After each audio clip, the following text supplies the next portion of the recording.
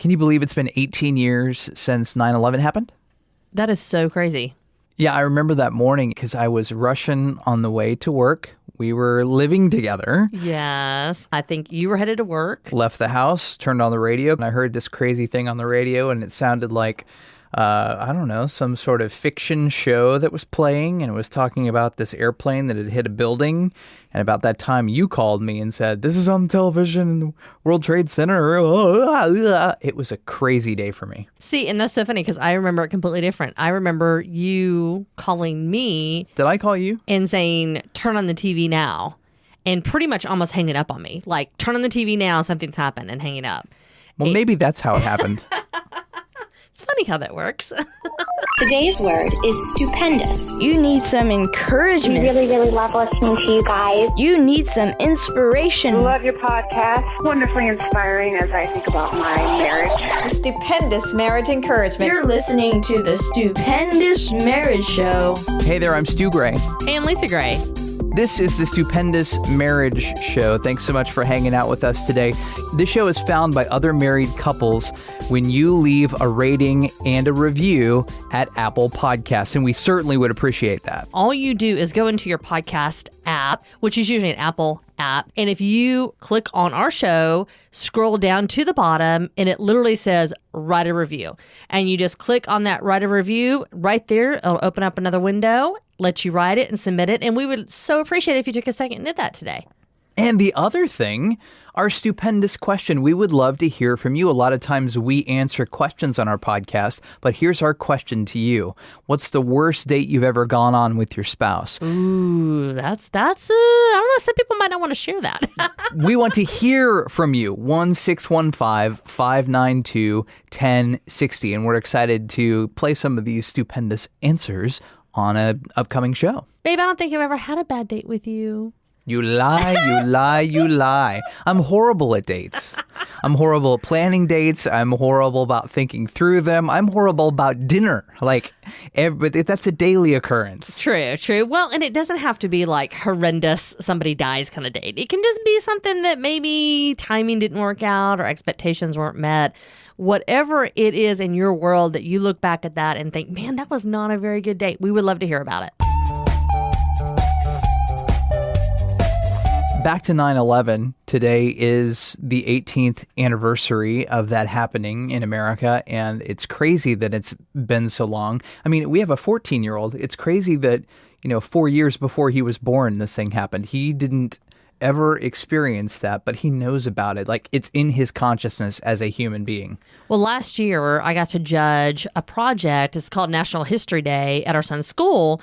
And these girls did a project talking about 9/11.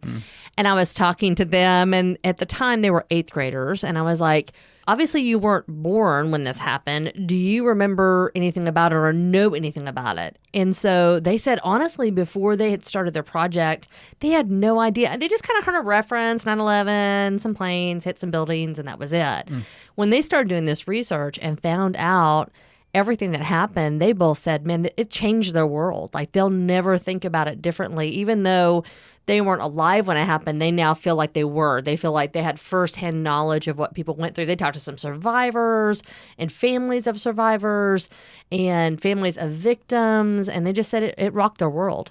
I saw this post on social media float by that was talking about how we should remember how united we were, and we should use that as a model going forward for how to treat people. Because after 9/11, we were so united as a country. We were so together. And not that we want something horrible to happen again. And why does it always take something horrible to happen for us to stand united? But we should use that as a model going forward to love and respect and stand together in unity with our family members and our friends in our country and around the globe. Well, and unfortunately, we have an election next year. Yeah. So if you aren't feeling uncomfortable now on social media in the next 6 months, 12 months, it's going to be rough. We have a question for the show today, and we always love getting those at onair@stupendousmarriage.com. That is coming up.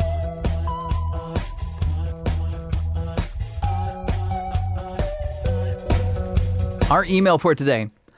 My husband had been at his job for 10 years. I stayed at home with our children. Once they started school, I went to college and graduated. I started my first full-time job to help my husband out financially. Only 2 weeks after I started my job, my husband quit his job. I know he hated it, but he went about it the wrong way. He kept it a secret for a week and would pretend he was going to work. He cashed out his 401k, and we had to use it to pay bills while he looked for another job. He job hopped for 9 months. He now has a job he's been in for 6 months, but he makes only a fraction of what he used to make. I now have the bulk load of the bills to pay. How do I stop being so bitter and angry so that we can move forward in our marriage? Thanks for your thoughts. What a difficult situation. I think anytime in a marriage that you are hiding things from your spouse, a red flag should go off in your head saying, don't do it, because you're just asking for trouble. I mean, you are just asking for trouble when you do that. No matter the circumstances, you got to grow up and go, I need to talk to you about this. We have a problem, and not hide it. And so I can understand completely why she's bitter and upset with him. Even now, it sounds like a year and a half later. I definitely think he went about it incorrectly. I think keeping it a secret was a problem. I think him jumping out of his job right away is a problem. Obviously, there's communication that did not happen between the two of you and expectations on both sides of what happened after you got your degree and got your job and what he wanted to do with his job. There was obviously clunky backfires, misfires of your talking to one another and trying to figure out what you wanted to do together. I mean, marriage is a two-way street. Did you guys sit down before you decided to take a job? Did you sit down before he quit his job? Was this on your radar at all? Why didn't you know anything was going on? Because it just seems like you were blindsided. So where in the communication process was the missed? I mean, this is a big deal. Obviously, it's a big deal for him to keep it a secret and to hide it. So he's obviously got an issue there too, trying to hide something, trying to pretend everything's okay. And then it just snowballs out of control, obviously, and you have to deal with the 401k and paying the bills. There was something in here that really kind of bugged me, and it's kind of the I and him attitude. It's, I now have the bulk load of the bills to pay. I have that. If you're married, we view marriage as one. We're becoming one flesh. And so it's not I have the bulk of the bills to pay. You might be bringing in the income, but it's still we.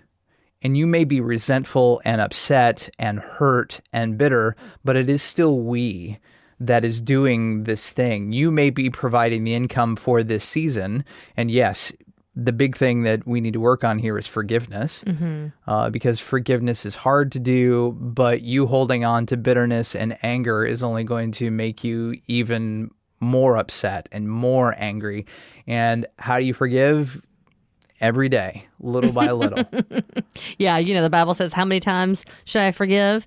What is it, 70 times 7? It's like endless is basically what Jesus said. And honestly, it's funny that you said that, because the thing that highlighted to me when you read it through was similar. When she said, I started my first full-time job to help my husband out financially. Well, you weren't helping your husband out financially. You were helping your family unit. You were stepping in for a season in working where you had not been working for a season, and he had carried the load. So I don't want to beat you up here, because you have every right to be upset. Yes, he made some poor choices, but your question to us is, how can I stop being so bitter and angry? And I think besides forgiving him for what he's done, I think taking accountability of your responsibility in the process. So I'll kind of disagree with you a little bit, Stu, in what you said earlier. I don't think it was necessarily her fault that she didn't know he was going to up and quit his job. I think that was kind of deceptive on his part. Well, I don't think it was her fault. I just think both together they didn't speak about it well. Right. So, yeah. Yeah, and they probably had no goals. Like, okay, hey, you're going to go to school for this season, and then when you graduate, maybe I want to go back to school. Maybe I want to try to find a different job because I don't like this one. Whatever the case may be, they really didn't have that conversation, unfortunately.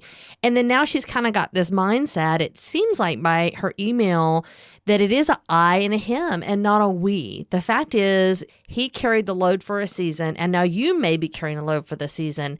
And that is what marriage is about. I mean, I know a lot of couples who do this very similar scenario where one is in school or aspiring to build their business and the other one is carrying most of the load of the bills, and then it swaps.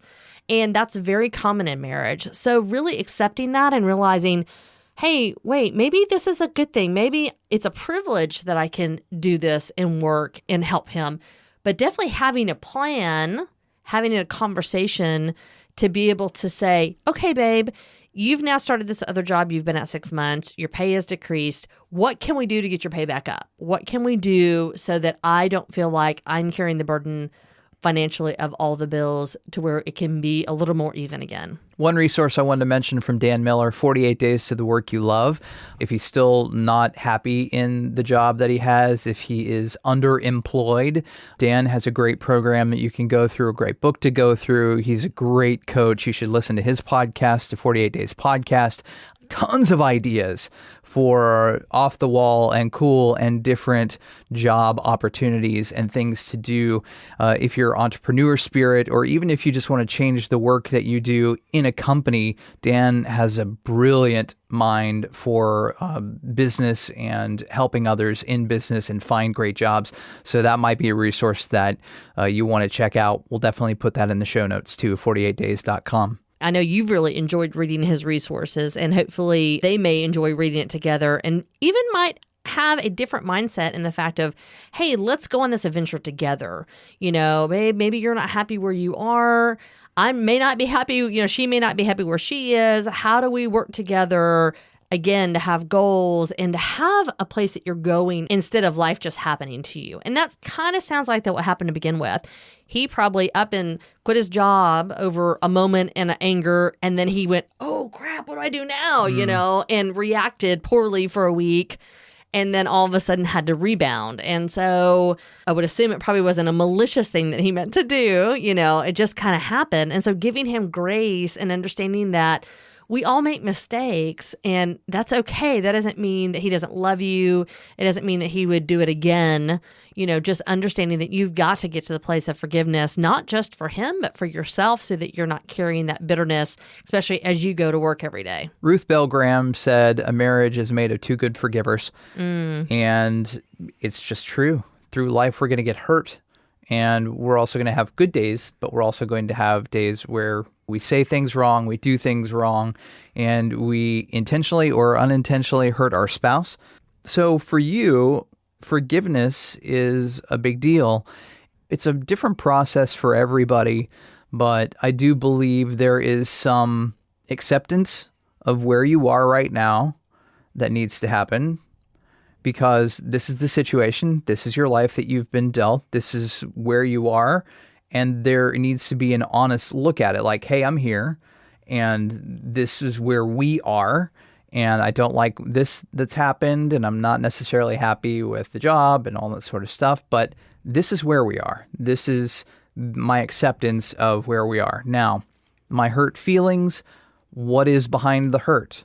Is it because of the lie? Is it because he quit his job? If you can narrow it down to what the thing is that's really causing the hurt, it may not be the thing that you think it is. Get down behind the hurt. Well, why does that make me upset? Well, why am I upset about that? Why am I upset? So if you really look down into it, I'm saying you need to look into yourself, because there's obviously a trigger button here that's been hit. And the thing you're mad about may not be the thing you're mad about. At least that's our world oftentimes, right, babe? Yeah. Well, and the other thing you have to remember is it's all about perspective. How amazing is it that you are able to work and provide for the family? How amazing is it that he had a 401k to support your family for a season? How amazing is it that he has another job where he is working and hopefully enjoying? Like, it's all perspective. It's remembering and focusing on the positive things and the blessings that we have that really enable us to get past the negativity. And so I would encourage her to maybe take some time journaling and processing through the hurt, but then also remembering the positives, the wonderful things I'm sure he does do well and has done well in the past, and not continuing to just focus on that negative time. 3 places to forgive. 1, your husband, obviously, for the things that he did, the decisions he made, the actions he took. 2, this one will surprise you, forgive yourself. because you're holding on to things here that you might not need to be holding on to. If you've looked down under the thing that you think is making you angry and you found something in yourself, you need to forgive yourself for that. 3, you need to forgive God. A lot of times it's like, God did this to me. This is horrible. Why would this happen? And it happens in worse situations than this. And we got to remember that God is on our side, is for us, drawing us forward. And there are hard times in life. Life is hard. And you've got to let yourself off the hook. You let your husband off the hook and God off the hook. We certainly appreciate the email. If you've got thoughts about this, on air at stupendousmarriage.com, or if you have a question that you want to ask, we would love to talk about it on the show. Talk to you next time. See ya.